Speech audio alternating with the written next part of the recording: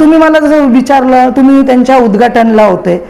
उद्घाटनला तर काही कोणी जातं, मला आमंत्रण दिलं, मी उद्घाटनला गेली. उद्घाटन आहे काय लेखी सातबार आहे का, किंवा लेखी आट आहे का, लेखी फेरफार आहे की उद्घाटनला गेली म्हणजे काय माझी जमीन तुमच्या नावावरती झाली? असं नसतं. इथे कागद बोलतो, कोर्ट कागद बघणार आहे, नाही की तू माझ्या उद्घाटनला होती आणि मग मी तो फोटो तिथे सबमिट करणार, माझ्या जमिनीच्या उद्घाटनला तू होती. काही आपलं बोलायला पण काहीतरी पाहिजे. की तुम्ही मला प्रश्न करताय मगाशी की तुम्ही त्यांच्या उद्घाटनला गेल्या होत्या. अरे मी उद्घाटनला गेली होती तर माझा काय सातबारा मी त्यांच्या उद्घाटनला त्यांच्या नावावर केला का? सिंपल आहे. माझा फेरफार मी तुमच्या नावावर केला का?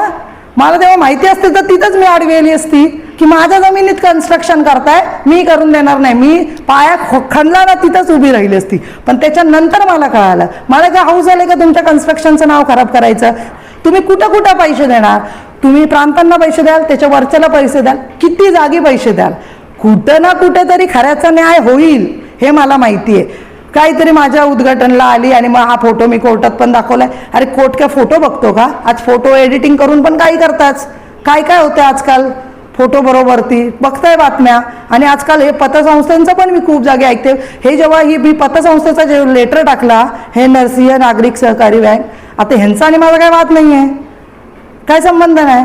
पण ह्यांच्या पतसंस्थेतले माझ्याकडे खूप जणांचे कंप्लेंट आलेले आहेत. मग मी त्यांना हाताशी धरून करू शकते ना काय करायचे, पण मला माझी कामं पडलेले आहेत, मी माझं बघणार फक्त. मला काय ते काय करतात, त्यांनी काय केलं तुमच्या बरोबर, ती मी कसं ठेका मी घेऊ शकते ना.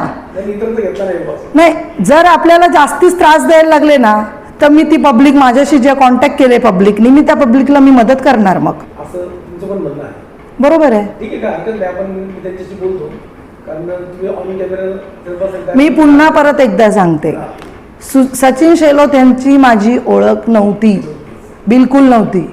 ओळख कुणामुळे झाली? आमच्या काकांमुळे. काकांचा बिल्डर आहे म्हणून. मग ज्या क्षणी तुम्ही म्हणता माझा आणि त्यांचा संबंध नाही, माझ्या आणि त्यांचे वाद नाही, अरे पण मी काय म्हणते, माझ्या जमिनीवर जर तुम्ही बिल्डिंग बांधताय तर मग वाद होणार ना. तुम्ही माझ्या जमिनीवर बिल्डिंग बांधताय आणि तुम्ही बोलायचं तुम्ही माझं नाव का घेतलं? मग तुम्ही माझ्या जमिनीवर बिल्डिंग का बांधली? ती बिल्डिंग नव्हती बांधायला पाहिजे ना. मग मी तुमचं नाव नसता घेतला. किंवा हे जे 11 भागीदार आहेत ह्यांना मी कोणालाच ओळखत नाही, कारण मी त्यांना ओळखतही नाही आणि मी त्यांच्याविषयी वाईट बोलू शकत नाही, कारण का माझं आणि त्यांचं वाईट काहीच नाही आहे मुळात. माझं वाद हे माझ्या जमिनीवरती आहे. यांनी बिल्डिंग बांधली आहे म्हणून यांची नावं येत आहेत. मग आम्ही तुम्हाला वारंवार सांगतोय की कन्स्ट्रक्शन थांबवा, आमच्या दोघांचं मिटू दे, मग त्याच्यानंतर तुम्ही पुढे जा ना.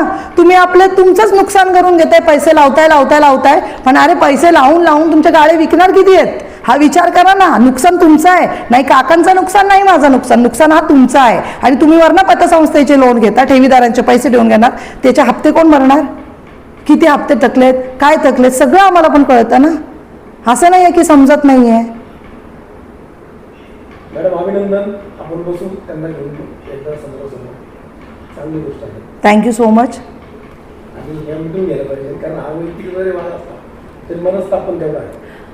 हे बघा, आता मला तुम्हाला खरं सांगायचं ना सर, माझी डिलिव्हरी झालेली आहे आणि माझी आता 2 जुळीची मुलं आहेत. ते 4 महिन्याचीच आहेत. ते सोडून मी पळतीये. माझं खरं आहे म्हणून मी पळतीये. खोटं असतं तर मी पळाली नसती. आणि रात्री 8 वाजता मला जेव्हा कळालं तेव्हा मी प्रांतांचं त्यावेळेस मी मनसरला गेली. का गेली? कारण का माझं आहे म्हणून मी पळाली. आणि मला कळलं, माझ्या विरोधात निकाल दिला, पैसे घेऊन दिला, म्हणून मी चिडले. आणि तिथून मी सचिन शेलोतवर नाराज झाली की बाबा ह्यांनी पैसे देऊन निकाल पास केला. आज प्रांतांना पकडले, जग जाहीर झालंय, अख्ख्या देशात समजले. मग 2 लाख रुपये लाच घेतली तर घेतली, काम पण करून घेतलं आणि स्वतःच्याच पायावर कुऱ्हाड मारून घेतली. सगळ्यांना कळलं की सचिन शेलोत पैसे देऊन कामं करून घेतात, सँक्शन करून घेतात. पण हे कुठपर्यंत चालेल? पैशांनी सगळ्या गोष्टी नाही ना चालत सर. आज तुम्ही ज्याचं आहे ना त्याला द्या आणि मोकळे व्हा. माझी तर बद्दुआ घेतातच आहेत. माझ्या मुलांचे पण मी जेव्हा निघून जाते तेव्हा माझे बाळ आहेत ना, रडत असतात, त्यांना सोडून मी निघून जाते, कारण का मी सत्य आहे म्हणून मी पळते. आज माझे 3 महिन्याची बाळं मी सोडून जाते, जुळीची बाळं आहेत ती पण, आणि अजून 2 मुली आहेत, अशी माझी 4 मुलं आहेत. मुली 5 वर्षाच्या आहेत आणि मुलं आज 3 महिन्याची आहेत. मी त्यांना चौघांना सोडून, ते उपाशी असो काही असो, मी त्यांचं करून बाहेरचं करत असते. का तर मी माझ्या गोष्टी आहेत, मी त्याच्यासाठी भांडते. हे आमच्या सुरेश काका आज मोठे आहेत, हे त्यांना समजायला पाहिजे होतं, पण त्यांची द्यायची नीतिमत्ता नाही आहे. ज्याची नीतिमत्ता असते ना द्यायची, की बाबा हिला हिचं द्यावं आणि मोकळं व्हावं. पण तुम्ही म्हणता ना ती तिचं कोर्टात बघेल, अरे तुम्ही कोर्टाला जा आणि ते इकडे जा, तुम्ही सगळीकडे पैसा, तोपर्यंत तुमच्या बिल्डिंगचं काय होईल हा तुम्ही विचार करावा. मी नाही करणार याचा विचार, ह्याचा विचार तुम्ही करायचं. आणि पुढचे कसे सँक्शन घेता, आता कुठला अधिकारी किती पैसे घेणार, आता तुम्हाला पुढचे जर सँक्शन मिळवायचे असतील मग तू परत पैसेच देणार का आणि सँक्शन मिळवणार का. आता सगळी अधिकारी एकदम अलर्ट झालेत की बाबा ह्या केसच्या संदर्भात पैसे घेऊ नये. स्वतः अधिकारी मला बोललेत की आता आम्ही कुठल्याही गोष्टीला काहीच करणार नाही, कुठल्याही गोष्टीला सँक्शन पण घेणार नाही. हे कंटिन्यू यायचे, 2-2, 3-3 तास बसायचे, पैशाचे ऑफर द्यायचे, काय गोड गोड बोलायचे. म्हटलं पैसे घेणाऱ्यांनी पण चुकी केली आणि देणाऱ्यांनी पण चुकी केली आहे. मग जर तुम्ही पैसे देऊनच न्याय देत असाल मग सत्याचा विजय कधी होणार, नाही होणार याच्यामध्ये. त्याच्यामुळे मी किती काय झाले, माझे 2 लहान मुलं आहेत, मी त्यांची बद्दुआ तुम्हाला लागत असेल हे पण मी तुम्हाला सांगते. कारण का मी माझ्या बाळांना सोडून पळतीये. जर तुम्ही सत्यवादी आहेत ना तर तुम्ही येऊन बसा आणि समोर बसा माझ्या आणि बोला. मी डायरेक्ट प्रत्येकाला उत्तर देते. आज मी वारंवार न्यूज चॅनल समोर येते.